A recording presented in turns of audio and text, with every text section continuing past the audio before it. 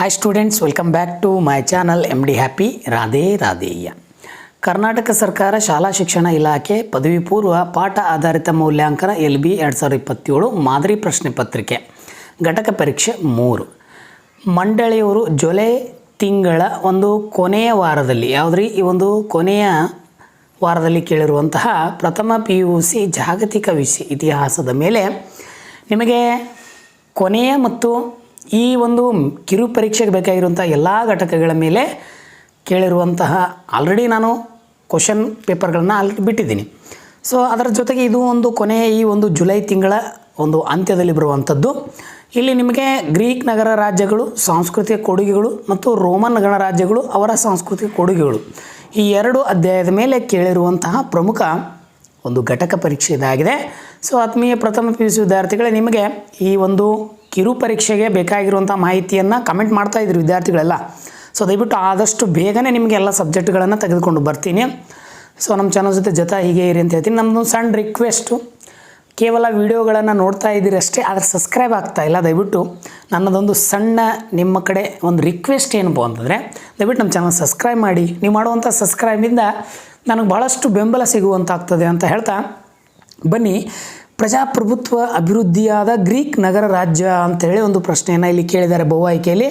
So ಅದು ಆಯ್ಕೆ B ಇದೆ ನೋಡಿ. ಅಥೆನ್ಸ್ ಎನ್ನುವಂಥ ಒಂದು ನಗರ ಪ್ರಜಾಪ್ರಭುತ್ವ ಅಭಿವೃದ್ಧಿ ಆಗಿರುವಂಥದ್ದು ಅಂತ ಹೇಳ್ತಾರೆ. ಜಸ್ಟಿಯನಿಯನ್ ಪ್ರಸಿದ್ಧಿಯಾಗಿರುವುದು ಯಾವುದಕ್ಕೋಸ್ಕರ ಅಂಥೇಳಿ ಇಲ್ಲಿ ಪ್ರಶ್ನೆಯನ್ನು ಕೇಳಿದ್ದಾರೆ. ಆಯ್ಕೆ A ಇದೆ ನೋಡಿ. ಕಾನೂನು ಸಂಹಿತೆ ಎನ್ನುವಂಥದ್ದು ಇವನು ಬಹಳ ಪ್ರಖ್ಯಾತಿಯಾಗಿರುವಂಥದ್ದು. ಇನ್ನು ಒಂದು ಹೇಳಿಕೆಯನ್ನು ಇಲ್ಲಿ ಕೊಟ್ಟಿದ್ದಾರೆ. A ಪ್ರತಿಪಾದನೆ: ರೋಮನ್ನರ ನಗರದ ಚೌಕಗಳಲ್ಲಿ ಸಾಮ್ರಾಟ ಪ್ರತಿಮೆಗಳನ್ನು ಕಾಣುತ್ತೇವೆ. ಕಾರಣ, ಪ್ರತಿಮೆಗಳು ಅವರ ಅಧಿಕಾರ ಮತ್ತು ಶಕ್ತಿಯ ಸಂಕೇತಗಳಾಗಿದ್ವು ಅಂಥೇಳಿ ಪ್ರಶ್ನೆಯನ್ನು ಕೇಳಿದ್ದಾರೆ. ಹಾಗಾಗಿ ಆಯ್ಕೆಗಳನ್ನು ನಾವಿಲ್ಲಿ ಗಮನಿಸ್ತಾ ಹೋದಾಗ ಆಯ್ಕೆ C A ಮತ್ತು R ಎರಡೂ ಸರಿಯಾಗಿವೆ ಹಾಗೂ R Aನ ಸರಿಯಾದ ವಿವರಣೆಯಾಗಿದೆ ಎನ್ನುವಂಥದ್ದು ಸೂಕ್ತ ಉತ್ತರ ಅಂತ ಹೇಳ್ತೀನಿ. ಸೊ ಈಗ ಬಹು ಆಯ್ಕೆ ಆದ ನಂತರ ಬೆಟ್ಟ ಸ್ಥಳದಲ್ಲಿ ಕೇಳಿರುವಂತಹ ಒಂದು LB ಅಂದ ತಕ್ಷಣ ನಿಮ್ಮ ಮನಸ್ಸಲ್ಲಿ ಭಾಳಷ್ಟು ಗೊಂದಲ ಇರ್ತದೆ. ಏನು ಅಂತಂದರೆ, ನಾನು ಇದನ್ನು ಹೇಳಿ ಆ ಪ್ರಶ್ನೆ ಕಡೆ ಹೋಗ್ತೀನಿ. ಭಾಳ ಜನ ಕಮೆಂಟೆಲ್ಲ ಮಾಡ್ತಾಯಿದ್ರು, ಸರ್ LBA ಫಸ್ಟ್ ಘಟಕ ಫೇಲ್ ಆದರೆ ಸೆಕೆಂಡ್ ಘಟಕಕ್ಕೆ ನಾನು ಎಲಿಜಿಬಲ್ ಇಲ್ವಾ, ಅಥವಾ LBAಯಲ್ಲಿ ನಾನು ಏನಾದರೂ ಒಂದು ವೇಳೆ ಫೇಲ್ ಆದರೆ ನನಗೆ ಆಂತರಿಕ ಅಂಕಗಳು ಕೊಡ್ತಾರಾ, ಸರಿ LBA ಬಗ್ಗೆ ಸ್ವಲ್ಪ ಮಾಹಿತಿ ಕೊಡಿ ಅಂತ ಹೇಳಿದಾಗ ನಾನಿಲ್ಲಿ ಹೇಳೋಕ್ಕೆ ಇಷ್ಟಪಡ್ತೀನಿ ಅಂತಂದರೆ, LBA ಅಂದರೆ ಮೊದಲು ನಿಮ್ಮ ಫಸ್ಟ್ ಇರಲಿ ಘಟಕ ಆಧಾರಿತವಾಗಿರುವ, ಅಂದರೆ ಒಂದು ಘಟಕದ ಮೇಲೆ ಕೇಳಿರುವಂತಹ ಪ್ರಶ್ನೆಗಳನ್ನು ನಿಮಗೆ ಸಂಪೂರ್ಣವಾಗಿ ಆ ಅಧ್ಯಾಯವನ್ನು ಮನನ ಮಾಡಲಿಕ್ಕೆ ಮಂಡಳಿ ಮಾಡಿರುವಂಥ ಒಂದು ಒಳ್ಳೆಯ ಉದ್ದೇಶ ಎದುರಾಗಿದ್ದು ಬಹಳ ಒಳ್ಳೆಯದು ಅಂತ ಹೇಳ್ತೀನಿ. ಸೊ ಈಗ ಬಿಟ್ಟ ಸ್ಥಳ ಕಡೆ ಹೋಗೋಣ. ಇಲ್ಲಿ ನಿಮಗೆ ಜೂಲಿಯಸ್ ಸೀಸರ್, ಥ್ಯೂಸಿಡೈಡಿಸ್, ಹ್ಯಾನಿಬೆಲ್, ಹೈಡಸ್ ಪೆಸ್ ಅಂಥೇಳಿ ಪುರುಷಪುರ ಅಲೆಕ್ಸಾಂಡರ್ ಡ್ಯಾಶ್ ಕದನದಲ್ಲಿ ಸೋಲಿಸಿದನು ಅಂಥೇಳಿ ಒಂದು ಕ್ವಶನನ್ನು ಕೇಳಿದ್ದಾರೆ. ಉತ್ತರ ಇಲ್ಲಿದೆ ನೋಡಿ. ಹೈಡಸ್ ಪೇಸ್ ಎನ್ನುವಂಥ ಪ್ರದೇಶದಲ್ಲಿ ಈ ಪುರುವರನ್ನು ಅಲೆಕ್ಸಾಂಡರ್ ಸೋಲಿಸ್ತಾನೆ. ಪೆಲೋಪೋನಿಯನಸ್ ವಾರ್ಸಾ ಎಂಬ ಪದ ಗ್ರಂಥದ ಕರ್ತವನ್ನು ಬರೆದಾರೆ ನೋಡ್ರಿ. ಇನ್ನೊಂದು ಹೇಳ್ತೀನಿ ನೋಡ್ರಿ, ಪೆಲೋಪೋನಿಸಿಯನ್ ವಾರ್ಸಾ ಎಂಬ ಗ್ರಂಥದ ಕರ್ತೃ ಯಾರು ಅಂತಂದರೆ ಥ್ಯೂಸಿಡೈಡಿಸ್ ಅಂಥೇಳಿ. ಇನ್ನು ವಿಸಿ ಇದು ಯಾವನ ಪ್ರಸಿದ್ಧ ಮಾತುಗಳು ಅಂತಂದರೆ ಜೂಲಿಯಸ್ ಸೀಸರ್ನ ಒಂದು ಪ್ರಸಿದ್ಧವಾಗಿರುವಂಥ ಮಾತುಗಳು ಅಂತ ಹೇಳ್ತೀವಿ. ಮತ್ತು ಈ LBAಗೆ ತಕ್ಕಂಥ ಯಾವುದೇ ಗೊಂದಲಗಳನ್ನು ನಿಮ್ಮ ಮನಸ್ಸಿನೊಳಗಡೆ ಇಟ್ಕೋಬೇಡಿ. ಯಾಕೆ ಅಂತಂದರೆ ಇದು ನಿಮಗೆ ಒಂದನೇ ಘಟಕ ಪರೀಕ್ಷೆ ಒಂದು ವೇಳೆ ನೀವೇನೋ ಕಾರಣಾಂತರಗಳಿಂದ ತಪ್ಪಿಸಿಕೊಂಡಿದ್ದರೆ ಎರಡನೇ ಘಟಕ ಪರೀಕ್ಷೆಯನ್ನು ಕಡ್ಡಾಯವಾಗಿ ಹಾಜರಾಗಿ ಅಲ್ಲಿಯೂ ಸಹ ನಿಮಗೆ ಆಂತರಿಕ ಅಂಕಗಳು ಸಿಗುವಂಥ ಸಾಧ್ಯತೆ ಇರ್ತದೆ. ಸರಿ, ಎರಡೂ ಮಿಸ್ ಆಯಿತು ಅಂದರೆ ಕೊನೆಗೆ 3ರಲ್ಲಿ ಕಂಪಲ್ಸರಿ ನೀವು ಬರೀಲೇಬೇಕು. ಆ ಒಂದು 3ನೇ ಪ್ರಶ್ನೆ ಪತ್ರಿಕೆ ಬರೋದ್ರಿಂದ ಅಲ್ಪ ಸ್ವಲ್ಪ ನಿಮಗೆ ಕಿರು ಪರೀಕ್ಷೆಗೆ, ಈಗ ಕಿರು ಪರೀಕ್ಷೆಯಲ್ಲಿ 40 ಅಂಕಗಳಿಗಿರುವಂಥ ಪ್ರಶ್ನೆ ಪತ್ರಿಕೆ ಬರ್ತದೆ ನಿಮಗೆ ನಾಳೆ. ಅದಕ್ಕೆ ಸಂಬಂಧಪಟ್ಟಂಥ ಇಂಪಾರ್ಟೆಂಟ್ ಕ್ವಶನ್ಗಳು ಬರ್ತವೆ. ಸೊ ಹಾಗಾಗಿ ಆಂತರಿಕ ಅಂಕಗಳಿಗೆ ಏನು ಹೊರೆ ಆಗೋದಿಲ್ಲ. ನಿಮಗೆ ಅವ್ರ ಚಟುವಟಿಕೆ ಅಥವಾ ಒಂದು ಅಸೈನ್ಮೆಂಟನ್ನು ಕೊಡ್ತಾರೆ, ಅದರ ಜೊತೆಗೆ ಈ 3ನ್ನು ನೀವು ಮರಳಿ ನಿಮ್ಮ ಸ್ವಂತ ಆಧಾರದ ಮೇಲೆ ಬರೆದು ಕೊಡಬೇಕು. ನಾನು ಒಂದು ಎಕ್ಸಾಂಪಲ್ ಹೇಳುವಂಥದ್ದು. ಈಗ ಹೊಂದಿಸಿ ಬರೋ ಕಡೆ ಬರೋಣ. ಇಲ್ಲಿ ಪ್ಲೋಟಾರ್ಕ್ ಅಂತ ಒಂದು ಪ್ರಶ್ನೆಯನ್ನು ಕೇಳಿದ್ದಾರೆ. ಹಾಗಾದರೆ ಇವನ ಒಂದು ಪ್ರಮುಖ ಒಂದು ಗ್ರಂಥ ಇದೆ, ಲೈಫ್ಸ್ ಆಫ್ ಇಲ್ಸ್ಟ್ರಿಯಸ್ ಮೆನ್ ಅಂಥೇಳಿ. ಇದು ಭಾಳ ಇಂಪಾರ್ಟೆಂಟು, ನಿಮಗೆ ಈ ವರ್ಷ ನ್ಯೂ ಆಗಿರುವಂಥ ಒಂದು ಪ್ರಶ್ನೆ. ಯೂರಿಪಿಡೆಸ್ ಇದು ಭಾಳ ಸರಿ ರಿಪೀಟ್ ಆಗಿರುವಂಥ ಪ್ರಶ್ನೆ, ನಿಮಗೆಲ್ಲ ಗೊತ್ತಿದೆ. ಇವ ಒಬ್ಬ ದುರಂತ ನಾಟಕಕಾರ ಅಂತ ಹೇಳ್ತೀವಿ. ತದನಂತರ ಗೆಲೆನ್, ಯಾರಿಗೆಲ್ಲ ಗೊತ್ತಿಲ್ಲ ಗೆಲೆನ್ ಬಗ್ಗೆ, ಇವನು ರೋಮಿನ ಒಬ್ಬ ಶ್ರೇಷ್ಠ ವೈದ್ಯನಾಗಿದ್ದ.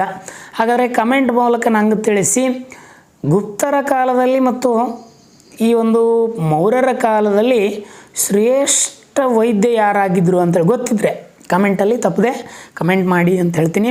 ಸೊ ನೇರವಾಗಿ ಒಂದು ಅಂಕದ ಪ್ರಶ್ನೆ ಕಡೆ ಬರೋಣ. ಇಲ್ಲಿ ಒಂದು ಪದ ಇಲ್ಲವೇ ಒಂದು ವಾಕ್ಯದಲ್ಲಿ ಉತ್ತರಿಸಿ ಅಂಥೇಳಿ ಭಾಳ ಸುಂದರವಾಗಿ ಪ್ರಶ್ನೆಯನ್ನು ಕೊಟ್ಟಿದ್ದಾರೆ. ಇದೇ ಆಧಾರವಾಗಿ ಇಟ್ಟುಕೊಂಡೇ ಪ್ರಥಮ PUC ವಿದ್ಯಾರ್ಥಿಗಳು ನಿಮಗೆ ಮೆನ್ಯುವಲ್ ಎಕ್ಸಾಮಲ್ಲಿ ಸಹ ಬರುವಂಥದ್ದು. ಆಗ ಪ್ರಶ್ನೆಯನ್ನು ಗಮನಿಸ್ತಾ ಹೋಗೋಣ ನಾವು. ನಗರ ರಾಜ್ಯಗಳ ಉನ್ನತ ಭಾಗದಲ್ಲಿ ನಿರ್ಮಿಸುತ್ತಿದ್ದ ರಕ್ಷಣಾ ಕೇಂದ್ರಗಳಿಗೆ ಏನೆಂದು ಕರೆಯುತ್ತಿದ್ದರು ಅಂತ ಪ್ರಶ್ನೆ ಕೇಳಿದ್ದಾರೆ. ಈ ಒಂದು ಗ್ರೀಕ್ ಬರುವಂಥದ್ದು ನಗರ ರಾಜ್ಯಗಳ ಉನ್ನತ ಭಾಗದಲ್ಲಿ ನಿರ್ಮಿಸುತ್ತಿದ್ದ ರಕ್ಷಣಾ ಕೇಂದ್ರಗಳಿಗೆ ಏನೆಂದು ಕರೆಯುತ್ತಿದ್ದರು ಅಂತ ಪ್ರಶ್ನೆಗೆ ನಾವು ಉತ್ತರವನ್ನು ನೋಡ್ತಾ ಹೋದಾಗ ಅದನ್ನು ನಾವು ಸಿಟಾಡೆಲ್ ಅಥವಾ ಪುರಮಾರ್ಗ ಅಂತೇಳಿ ಕರಿತಾ ಇದ್ರು. ಏನ್ರಿ ಪುರ ಮಾರ್ಗ ಅಂತ ಕರಿತಾ ಇದ್ರು. ಇನ್ನು ಕಾನ್ಸ್ಟಂಟಿನೋಪಲ್ನ ಈಗಿನ ಹೆಸರು, ಆಧುನಿಕ ಅಂದರೆ ಏನ್ರಿ ಈಗಿನ ಹೆಸರು ನಾವು ಇಸ್ತಾಂಬುಲ್ ಅಂತ ಕರಿತೀವಿ. ಏನ್ರಿ ಇಸ್ತಾನ್ಬುಲ್ ಅಂತೇಳಿ. ಹಾಗಾದರೆ ಕಮೆಂಟಲ್ಲಿ ಇದು ಯಾವ ರಾಷ್ಟ್ರದಲ್ಲಿ ಬರ್ತದೆ ಅಂತೇಳಿ ತಿಳಿಸಿ. ಇದು ನಿಮ್ಗೆ ಫಿಕ್ಸು. ಕಮೆಂಟನ್ನು ಮಾಡಿರಪ್ಪ, ದಯವಿಟ್ಟು ಕಮೆಂಟ್ ಮಾಡಿ. ಆ ಪ್ರಶ್ನೆಗೆ ತಕ್ಕಂಥ ಉತ್ತರವನ್ನು ಸರ್ಚ್ ಮಾಡಿರಿ, ನಿಮ್ಗೆ ಗೊತ್ತಿರುವಂಥ ಮಾಹಿತಿಯನ್ನು ಪಡ್ಕೊರಿ, ಅದು ನನ್ನ ಕಮೆಂಟಲ್ಲಿ ತಿಳಿಸಿ ಅಂತ ಹೇಳ್ತೀನಿ. ಇನ್ನು ಭಾಗ ಬಿಗೆ ನಿಮ್ಮನ್ನು ಕರ್ಕೊಂಡು ಬರ್ತೀನಿ. ಇಲ್ಲಿ ಕೆಳಗಿನ ಯಾವುದಾದ್ರೂ ಎರಡು ಪ್ರಶ್ನೆಗಳಿಗೆ ಎರಡು ವಾಕ್ಯದಲ್ಲಿ ಅಥವಾ ಎರಡು ಪದದಲ್ಲಿ ಉತ್ತರಿಸಿ 4 ಅಂಕಗಳಿಗೆ ಸೀಮಿತವಾಗಿಟ್ಟಿರ್ತಾರೆ. ಪ್ರಶ್ನೆ ನೋಡಿ, ಹೋಮರ್ ಎನ್ನುವಂಥ ಒಬ್ಬ ಶ್ರೇಷ್ಠ ಕವಿ ಈತ. ಇವನ 2 ಕೃತಿಗಳು ಯಾವುವು ಅಂತ ಹೆಸರಿಸಿ ಅಂತ ಹೇಳ್ತಾರೆ. ಒಂದನೇದು ಇಲಿಯಡ್ ಅಂತ ಕರಿತೀವಿ. ಯಾವುದ್ರಿ ಇಲಿಯಡ್. ಮತ್ತು ಎರಡನೇದು ಓಡೆಸ್ಸಿ. ಇವೆರಡು ನೆನಪಿರಲಿ, ನಿಮಗೆ ಏನೋ ಎಕ್ಸಾಮ್ ಬರ್ತವೆ. ಅರಿಸ್ಟಾಟಲ್ 2 ಕೃತಿಗಳು. ಅರಿಸ್ಟಾಟಲ್ ಬಗ್ಗೆ ನೀವು ರಾಜ್ಯಶಾಸ್ತ್ರ ಓದಿರ್ತೀರಿ.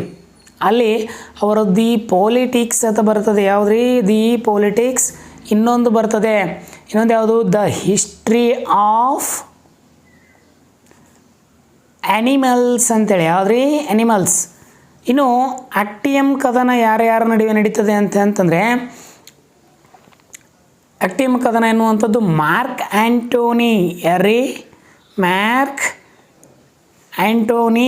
ಮತ್ತು ಆಕ್ಷೇವಿಯನ್ ಅಂತ ಬರ್ತಾನೆ. ಯಾರು ಈ ಆಕ್ಷೇವಿಯನ್ ಎನ್ನುವಂಥ ವ್ಯಕ್ತಿ ಇಲ್ಲಿ ಈ ಒಂದು ಕಥನದಲ್ಲಿ ಬರುವಂಥದ್ದು.